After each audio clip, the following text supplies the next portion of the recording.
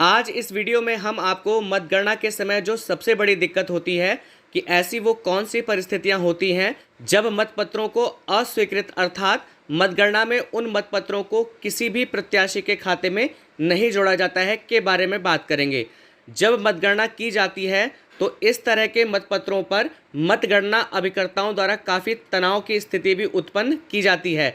हर कोई चाहता है कि इस तरह की वोट की गिनती उनके प्रत्याशी के खाते में की जाए। इस तरह के अस्वीकृत मतों के प्रकार बताने के बाद हम आपको इससे संबंधित परिशिष्ट 2 क एक ये फॉर्मेट होता है को आप कैसे भरेंगे के बारे में बात करेंगे। तो देखिए, जो सबसे पहली कंडीशन होती है कि जब मतपत्रों को अस्वीकृत किया जाता है, वो सबसे पहली कंडीशन है कि निशान चुनाव चिन्ह विभाजित करने वाली रेखाओं के मध्य अंकित हो। कि अगर कोई मतदाता एरो क्रॉस सील को 2 चुनाव चिन्हों को विभाजित करने वाली जो लाइन होती है, अगर वो एरो क्रॉस सील से मुहर मारता है तो इस कंडीशन में उस मतपत्र को अस्वीकृत कर दिया जाता है। इसमें जो दूसरी कंडीशन है वो ये है कि मतदाता की पहचान के साथ निशान। इसका मतलब ये है, आप देख रहे होंगे कि इसमें जो सबसे पहला चुनाव निशान है कार, मतदाता ने वहाँ पर मुहर तो लगाया है लेकिन उसने बगल में अपना नाम भी यहाँ पर लिखा है। जैसे यहाँ पर देख रहे होंगे आप लोग कि मोहन लाल लिखा है, तो इससे मतदाता की पहचान हो जाती है। यानी कि उस मतपत्र पर मतदाता ने ये शो करने की कोशिश की है कि मैंने इस कार के चुनाव निशान पर मुहर लगाई है। तो ऐसी कंडीशन में भी इस तरह का जो मतपत्र होगा उसे अस्वीकृत कर दिया जाएगा। यहाँ पर जो मतदाता होता है वो अपनी आइडेंटिटी नहीं शो कर सकता मतपत्र पे। यहाँ पर जो तीसरी कंडीशन है मतपत्र को अस्वीकृत करने की, वो ये है कि 2 या अधिक प्रत्याशियों के सामने निशान।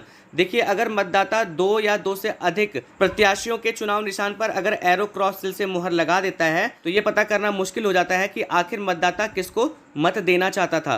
तो इस कंडीशन में भी क्या होता है, मतपत्र को अस्वीकृत कर दिया जाता है। और इसमें जो चौथी कंडीशन है वो है कि कोई निशान नहीं।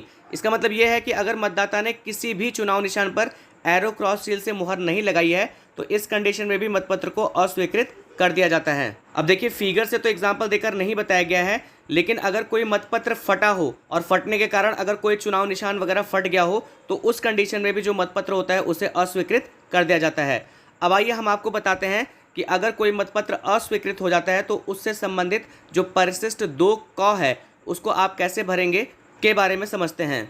देखिए, आपको स्क्रीन पर दिख रहा होगा परिशिष्ट 2 क।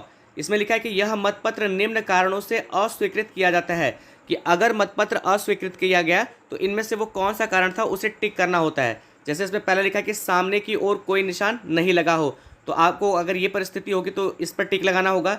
दूसरा है कि निशान इस प्रयोजनार्थ दिए गए उपकरण से भिन्न उपकरण ऑब्लिक तरीके से लगाया गया हो। देखिए, अगर एरो क्रॉस सील के अलावा किसी और चीज़ से अगर मुहर लगी है तो उस कारण से भी क्या हो सकता है, जो मतपत्र होगा उसे अस्वीकृत कर लिया जाएगा।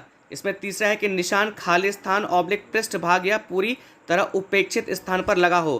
कि अगर मुहर चुनाव निशान पर न लगकर, जैसे अभी हमने आपको एक एग्जाम्पल बताया था कि दोनों चुनाव निशान को विभाजित करने वाली रेखा पर हो या ऐसी जगह पर हो जिससे ये शो न हो रहा हो कि आखिर मतदाता ने किस चुनाव निशान पर मत दिया है, तो उस कंडीशन में भी क्या होता है, मतपत्र को अस्वीकृत कर दिया जाता है। तो अगर ऐसी कंडीशन होगी तो तीसरे पर टिक करना होगा। चौथा है कि निशान 2 या अधिक प्रत्याशियों के सामने लगा हो, वो हमने आपको पीछे बताया था। अगर इस कंडीशन से मतपत्र को अस्वीकृत किया जाता है तो चौथे नंबर पर टिक लगाना होगा। पांचवा है निशान ऑब्लिक लेखन से मतदाता की पहचान होती हो। कि अगर मतदाता ने अपना नाम लिख दिया हो, एरो क्रॉस सील अगर सही लगाई हो लेकिन अगर मतदाता ने अपना नाम लिख दिया हो जैसा कि हमने आपको पीछे बताया था, तो अगर ये कंडीशन होगी तो 5वें पे टिक करना हो। छठवां है कि मतपत्र इतना कटा फटा है जिससे मत की पहचान संभव नहीं हो। कि अगर मतपत्र फटा हो जिससे ये ना शो हो रहा हो कि आखिर मत किस चुनाव निशान पर पड़ा है, तो इस कंडीशन में भी क्या करना होगा आपको कि अगर ये कंडीशन वहाँ पर अप्लाई हो रही होगी तो आपको छठे पे टिक करना होगा। सातवां है मतपत्र प्रमाणिक नहीं है और नकली है। कभी कभी क्या होता है कि मतदाता चुनाव के समय जो असली मतपत्र होता है उसे जेब में लेके चला जाता है और जो नकली मतपत्र स्पेसिमेन टाइप का हो मतपेटी में डाल देता है। तो अगर इस तरह का कोई नकली मतपत्र मतपेटी में पाया जाता है तो उस मतपत्र को अस्वीकृत कर दिया जाएगा। और अगर ये कंडीशन होगी तो यहाँ पर जो 7वां पॉइंट है उसे टिक कर दिया जाएगा। इसमें 8वां है कि निशान चुनाव चिन्ह को विभाजित करने वाली रेखाओं के मध्य अंकित हो। कि अगर मतदाता ने एरो क्रॉस सील से मुहर ऐसी जगह लगाई है कि जो 2 चुनाव निशानों को विभाजित करने वाली रेखा है वहाँ पर अगर मुहर लगी है तब भी आप मतपत्र को अस्वीकृत कर देंगे। और अगर ये वाली कंडीशन होगी तो 8वें पर टिक करना होगा। और देखिए ये जो अधिकार होता है कि मतपत्रों को अस्वीकृत करने का, वो निर्वाचन अधिकारी के पास होता है या सहायक निर्वाचन अधिकारी के पास होता है। तो अगर इन 8 कंडीशन से संबंधित अगर कोई मतपत्र आता है तो उस समय निर्वाचन अधिकारी या सहायक निर्वाचन अधिकारी जो भी नियुक्त हो, उस मतपत्र के सापेक्ष इन 8 पॉइंट में से जो भी कंडीशन होगी उस पर टिक करेगा, उसके बाद नीचे हस्ताक्षर करेगा और विकास खंड और जनपद का नाम लिखेगा।